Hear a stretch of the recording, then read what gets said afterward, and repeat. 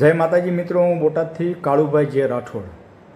મિત્રો, બોટાદમાં નગરપાલિકાના ચીફ ઓફિસરે બિલ્ડરોને અલગ અલગ નોટિસો બજવી છે, પેપરમાં જાહેરાતો કરી છે કે બોટાદના બિલ્ડરો બિનકાયદેસર શોપિંગ ઊભા જે કરી રહ્યા છે.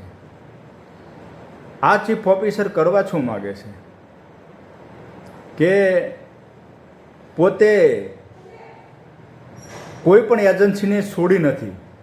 પેટા કોન્ટ્રાક્ટર હોય, કોઈ એજન્સી હોય, ભારતીય જનતા પાર્ટીના મુખ્યમંત્રી શ્રી ભૂપેન્દ્રભાઈ પટેલની સરકારમાં બોટાદની નગરપાલિકાને કરોડો રૂપિયાની ગ્રાન્ટો આવી, તેમાં ટકાવારી એક પણ ગ્રાન્ટની અંદર મેકવામાં નથી આવી. અલગ અલગ લોકોએ તેમનું ઉપર વિજિલન્સ તપાસ માગી છે, ઘણી બધી અરજીઓ થઈ છે.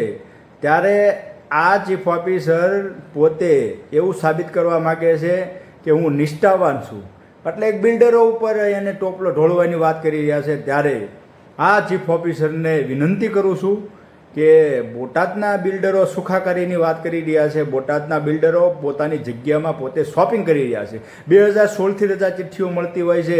આજ દિન સુધી એવું બનવા એક પણ બનાવ બન્યો હોય તો તમે કહો કે શોપિંગ તમે કોઈ પણ જગ્યાએ ઉતારવામાં આવ્યું હોય તો બોટાદમાં કહો.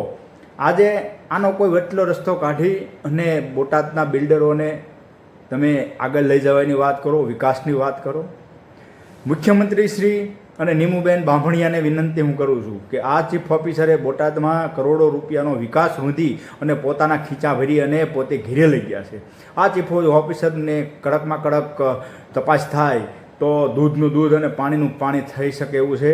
ત્યારે બોટાદના જે અલગ અલગ જે શોપિંગો બન્યા છે ત્યારે આ ચીફ ઓફિસર ધાક ધમકી દે છે ઘણા સમયથી. ત્યારે હું બોટાદની જનતાને વિનંતી કરું છું કે આ બોટાદનો વિકાસ રૂંધવાની વાત છે અને આવા અધિકારીઓને અહીંથી બદલી કરી અને તાત્કાલિક બીજે કોઈ પણ જગ્યા મૂકવામાં આવે અને સારા અધિકારીને બોટાદમાં મૂકવામાં આવે. જય હિન્દ, ભારત માતા કી જય.